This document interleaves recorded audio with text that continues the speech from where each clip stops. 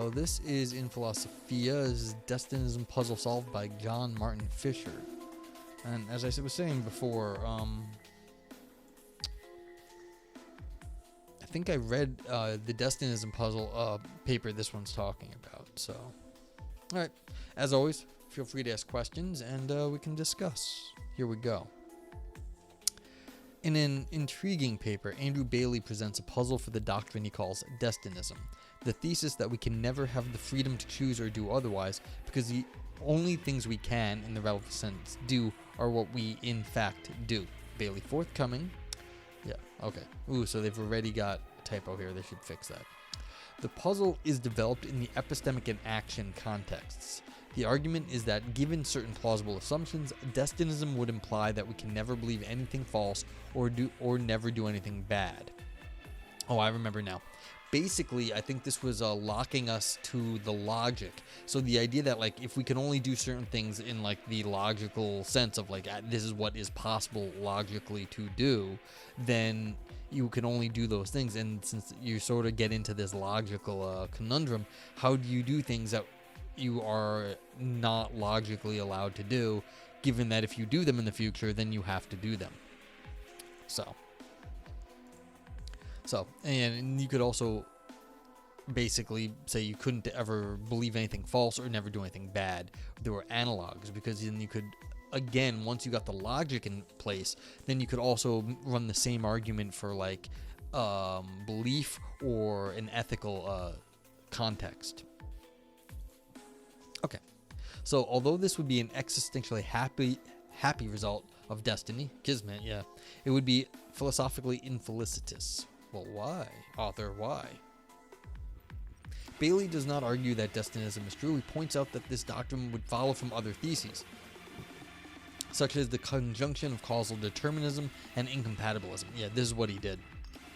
Once you get determinism of some sort, and you're not going to allow for breakage of determinism, that's just what incompatibilism is, then you can somehow, that's what it was, conflation of causal determinism and logical necessity. That's kind of how the argument went. Okay. Is it me? This X looks like it's weird too right here. Like this is the wrong I don't know if you can see. This is just weird though. But this X here is like in Explorers is the wrong X. It's italicized. Okay. So, from other theses, and explores the apparent consequences of it. One can interpret Bailey as issuing a challenge to anyone who is willing to accept Destinism. What assumptions in his argument must be jettisoned? This is an interesting challenge because the assumptions are very plausible. Yeah, and by the way, I reject causal determinism. So, like, I don't think the world is deterministic. And so, like, I jump out at the very beginning. Like, right here. Like, you can't even get past that spot for me. But yeah, so basically, if you think, all right, let's just read the argument. Bailey consider now, consequence. If Destinism, that's this whole thesis or whatever, if something can be done, it is done. So this is if something can. There's a possibility right here. Can be done. It is done. So, because that's your destiny. If you can do it, then you're destined to do it. So the belief is you believe something, P. And then should you. For any X, if it is not true, you shouldn't believe it. Alright, so you go from should to can. For any X, if it should be done, it can be done.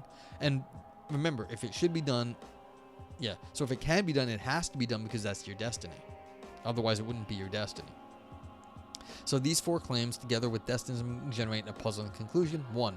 Therefore, any X, if X is not true, you cannot believe X. From should and from should to can. Therefore, if Destinism, then, for any X, if X is not true, then you do not believe X. Therefore, if Destinism, then P is true, from belief 2. Therefore, P is true. And basically, P can be any belief whatsoever, because it's your destiny to only, believe true things, because otherwise you would not believe it, because you would not ever find out about it. And therefore, you would never find out. Therefore, you can't believe anything that's false. So, he claims that the same assumptions, mutatis mutandis, generate the conclusion that we never do anything bad. You did D. should. For any x, if x is bad, you shouldn't do it. From these two claims, together with consequence, and from should to can, as above, are equally puzzling. For any x, if x is bad, you cannot do x from should, and from should to can. Therefore, if Destinism, then for any x, if x is bad, you should not do x. Therefore, if Destinism, then D is not bad. Therefore, D is not bad. Because if you can do it because you're morally permitted to do it, then it would be your destiny to do it. But of course, if you did do it, then it must be morally permissible. Okay, so author says, let's first consider the argument in the epistemic context. Note to begin that Bailey treats belief or better forming a belief as an action under the agent's control. It is, however, generally agreed that one can't simply believe at will. The assumption of the voluntariness of belief vitiates the argument. From should to can. For any x, if x should be done, x can be done. As applied to belief, the idea is that if, say, you should believe x, you can believe x. Let's interpret the notion of belief as forming a belief. So if you should form a belief that x, then you can form a belief that x. It is not clear what the import of should is. It clearly is not a moral should. We can take it that this epistemic should holds when an agent has what she takes to be sufficient evidence that x is true. So now we have it that if you have what you take to be sufficient evidence that x, then you can form the belief that x. I don't know if this is what Bailey would say. There could be a norm of epistemology, like you should only believe true things. Like that is the should here. You should only believe that that which is true is true. And so if you're going to argue this, it's not necessarily that you have sufficient evidence, because who the hell knows exactly what counts as sufficient in terms of evidence for knowledge? I mean, of course, there's a million theories out there, but people argue over this. So, like, whatever it is, it's something, but it's not exactly always so clear. But if we're talking about that you should believe true things because that's what it is to, like, you know, be human and learn stuff, that's a different should. And I'm not sure which one is actually meant here. But the author is taking... excuse me. Author is taking the idea that you should only believe stuff that you have good reason to believe. And of course, this principle does not hold. This is just Gettier-ized. You can just easily disprove this with counterexamples. So, author says this principle does not hold. It treats belief as forming a belief, and the latter as an action up to you. One might, however, lack the power to act in accordance with one's beliefs about the evidence. Specifically, you're taking it that there is sufficient evidence that X is true does not imply that you can form the belief that X. Yeah, I mean, okay, they're going to give you an example. Imagine that you do not actually believe that X. You do not believe that there is sufficient evidence that X is true. Suppose further that if you were to have recognized the sufficiency of the evidence for that thing X, then you were about to form a belief that X, a mischievous neurosurgeon with interest in epistemology would have electronically stimulated your brain to prevent you from the formation of that belief. The neurosurgeon has the technology and determination to prevent you from believing X in a hypothetical situation in which you have taken to be sufficient evidence for X. I hate this. Like, why do you have to go this way with this stuff?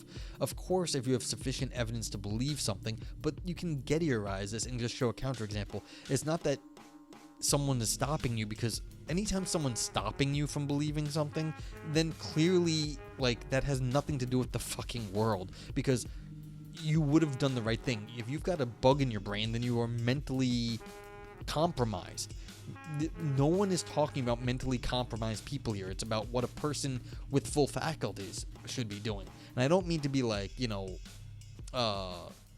here. We're talking about just rationality, because as long as you're rational, then that's okay. But if you have someone mucking around in your head, then you lose that rationality, because they are changing your thoughts for you, and you are no longer in control. And you don't even need to be in full control. You're completely out of control when it comes to these cases. So it's like, as long as you're rational, like there is so not to be ableist, but like as long as you're above that like minimal rationality thing, this fails rationality. So I hate this example here. I get the point that like basically like you should be believing it, you have all the evidence, and then you're not believing it, but they're talking about a deviant example here. You could just, of course, say if you have sufficient evidence to believe something, pick any Gettier case where, of course, you have good evidence, but it just happens to be that you have some bad luck, and that's why you're wrong about your evidence. And it's like, well, in that case, there's any number of those examples where you just are getting what you thought was knowledge from sufficient evidence is just bad luck, that the evidence actually isn't holding up. So, you got to be careful about these sort of examples. I really dislike this one right here. Anyhow, the epistemic argument relies on from should to can, but this principle falls prey to the possibility of counterfactual intervention that renders it true that you cannot conform your beliefs to your evidence. This possibility is an epistemic version of the famous Frankfurt-style counter examples in the context of action. Frankfurt, 1969. Yeah, so that's in Frankfurt, 1969. In an action FCS, that's a Frankfurt-style counterexample, there is a counterfactual intervener waiting in the wings, and the fact that she would intervene should the agent be about to choose and do otherwise makes it true that in fact the agent cannot choose and do otherwise. In an epistemic FSC, it may be that the agent has what she takes to be sufficient reason to believe that X, but she cannot form the belief that X. Thus, from should to can fails in the epistemic as well in the action of context. Okay, I see. Maybe there's an issue that because they're doing belief forming here, and the belief itself. But like, again, I still don't like this. There's probably some other way to do it, but what are you gonna do? Instead of someone playing with your brain, you could just have them switch the world really fast on you, and then they would like faster than you can see, and then like so you have just someone playing a 3-card Monte, and they're moving cards around faster than you can see, but you have good reason because it looks like something is in one spot and then it's not there. So it's like someone's like moving a ball under a cup, and you think it's there, and you have very good reason to do it, but they fooled you. Then of course you have sufficient reason to believe X, but then of course you are still wrong about it. And like, this is a common enough example. There's no need to go with neurosurgeons here. Okay, here's another set of worries for the crucial principles in Bailey's arguments. Should and should star are problematic. Suppose X is false or bad, and so remember, this is saying like, just because you did something, and if destiny is true, then you must have had to do it, and you wouldn't do anything bad, so you must be doing something good in that case. Like, if you chose not to do anything bad, why would you choose to do anything bad? And if you did do it, and you can only do what you choose to do as long as it's good, because you chose to do it, then you must have only been choosing to do good things, therefore it is a good thing. Alright, so suppose X is false or bad, but I have an enormous amount of evidence suggesting it is true or good. I take it there is some sense, a subjective sense, in which I should believe X or do X, but on this interpretation, should and should star are impossible. Yeah, okay, so finally we're getting into the place where I was saying, look, what do you do if you really think something's good, but it doesn't turn out to be good in the long run, or in, like, underneath, you were just fooled? Okay. Now consider a more objective reading, such as if you are an ideal reasoner and have all the relevant evidence and X is false or bad, then you should not believe or do X. This interpretation makes should and should star plausible, but then an objective reading of from should to can is required, rendering the principle deeply flawed. Even if an ideal observer with all the relevant evidence should or should believe or do X, it does not follow, nor is it plausible to require, that I, a non-ideal reasoner without all the relevant evidence, can believe or do X. So either we go with a subjective or objective reading of should. If the former, then should and should star are suspect. If the latter, then from should to can is suspect. Okay, this makes me much happier, because basically, look, if you're going to say your ideal reasoner, then of course that's a hypothetical, like it's a fantasy. Then of course you might be doing everything perfectly, and you don't have any problems. But none of us are ideal reasoners, and so why would anyone believe this? Okay, so this is, I think, much better than the previous example. They could have redone this example in a way that may have worked up here, but I guess they wanted to dress this up to have two different kinds of examples, and that's fair. And this, sadly enough, this sort of neurosurgeon example, people like this sort of example, and so where someone is like always getting in your brain and messing with your head. So, that's fine.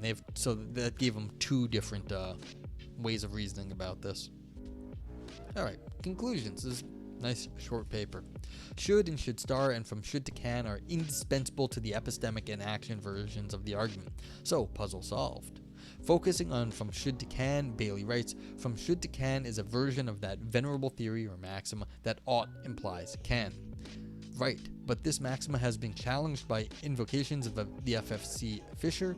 Okay, so this is why it came up, because the ought to can has been challenged in this way already. One does not, however, have to rest on one's objections to this maximum and on FSC, and so there's other people that do keep are hammering this stuff.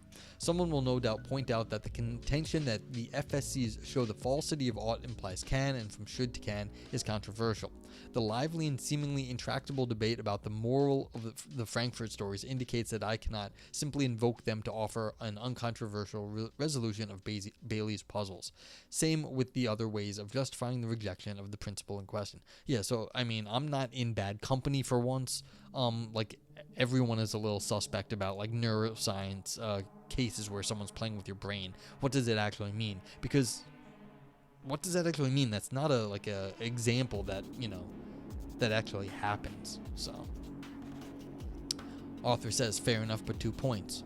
First, Bailey's epistemic argument is, in my view, fatally marred by treating beliefs as actions or forming beliefs as voluntary in the sense of being up to us. That's fair. Like, do you really think you create your beliefs voluntarily, like that you actually think of like, oh, I should believe this, therefore I do? Or do you think most of the things you believe were somehow given to you by some other way? Like, I believe the earth is round, and did I decide on that? I don't know if I decided that the earth is round. I mean, I think it's stupid if you don't think the earth is round, but like, seriously, was I like considering flat earth and like round earth and all these other things and like rationally choosing? Like, was that a voluntary act, or did something else kind of go on? Like, I saw a bunch of evidence and sort of, arrived at the decision that, the earth has to be round. Otherwise, like, a lot of other stuff is stupid. But like, that wasn't exactly a thought process. It just kind of happens. And I think a lot of views are like this. And you can consider things you grow up with. You didn't actually decide on a lot of the things you believe nowadays. You just kind of believe them. And that's not really a problem. That's just how belief is formed. All right.